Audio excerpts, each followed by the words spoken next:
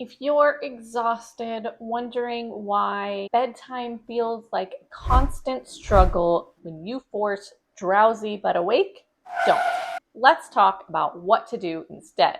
As a pediatric sleep consultant and mom of two, I see so many exhausted parents beat themselves up for a one-size-fits-all sleep solution that completely ignores baby's development.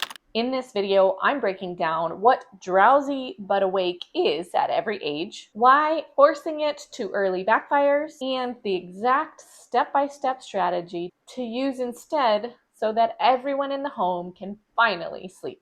And you're going to want to stick around because in just a few minutes, I'm going to reveal why drowsy but awake after 6 months old actually triggers more middle of the night protests and the sneaky brain shift behind it. Let's start with the elephant in the room. Why the classic drowsy but awake sleep advice makes almost every parent feel like they just can't get it right. Drowsy but awake is often sold as a magic formula where you put your baby down half asleep and they just peacefully drift off. This blanket advice assumes that babies possess the exact same brain maturity and self-soothing capabilities regardless of age. What worked for a 4-month-old completely fails for a 3-week-old or an 8-month-old because their sleep architecture and development is wildly different. Drowsiness is actually just one stage of sleep.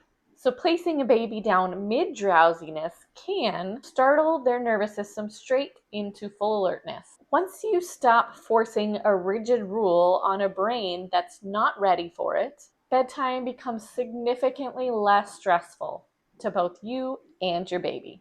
If you're feeling lost about where your baby fits in developmentally, grab my free sleep chart linked in the description below. It outlines exact age-based wake windows and sleep needs so you can stop guessing. If your baby is between 0 and 3 months old, take a huge deep breath because per your baby's biology, you literally can't force self-soothing right now. Newborns just don't have the neurological activity to self-soothe or to connect their sleep cycles independently. Their sleep drive is governed purely by stomach capacity, biological reflexes, and sensory comfort. So what does bedtime actually look like here? You naturally have to help them more, whether that's feeding all the way to sleep or using swaddles and white noise to help them drift off peacefully. Assisting your newborn at this stage does not create bad habits. It builds emotional security and regulates their developing nervous system. You can gain peace of mind knowing that you can cuddle, rock, and nurse your newborn without ruining future sleep habits. I know it is hard in this period, so just focus on survival and gentle sleep foundations for now. You are building trust and comfort, not bad habits. In just a few minutes, I'm going to share the exact blueprint for how and when to transition from 100% parental soothing to independent sleep without the chaos. But before I do, let's talk about the 4-month period.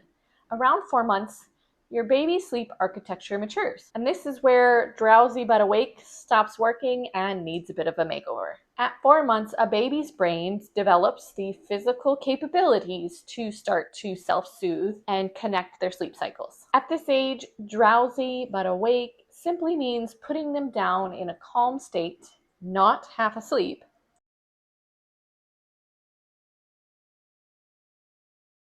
so they can practice putting themselves over the sleep finish line. So what do you need to do in this shift? Use a soothing routine to bring them to a relaxed state, then place them in their crib calm and aware so their brain connects the crib with going to sleep. Self-soothing is a brand new skill, giving them space, and with all skills, we need time to practice to become good at it. So giving them space to build the neural pathways they need to sleep is really important. As they build this, bedtime then transitions from an exhausting workout in your arms to your baby actively learning how to settle themselves. I know that you're tired and just coming out of survival mode at this stage, but be patient.